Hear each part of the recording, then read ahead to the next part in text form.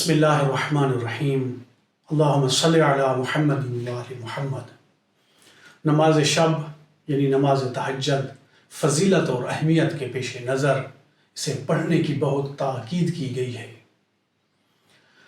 آخرت میں تو انسان کو نماز شب پڑھنے کا فائدہ حاصل ہونا ہی ہے، لیکن ائمہ اہل بیت علیہ السلام کی احادیث و روایات کی روشنی میں دنیا میں بھی اسے نماز شب پڑھنے کے جو اثرات مرتب ہوتے ہیں تو یہ ہیں کہ انسان کو اللہ کی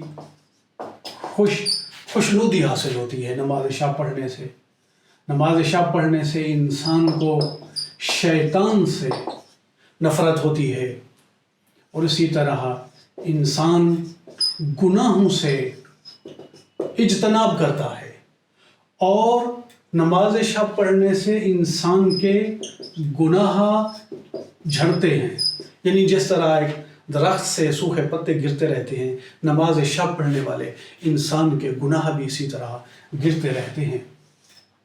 نماز شب پڑھنے سے مسائل و مشکلات جو ہے وہ حل ہوتے ہیں، انسان کے چہرے پر نورانیت آتی ہے، اور نماز شب پڑھنا بیماریوں کا علاج ہے۔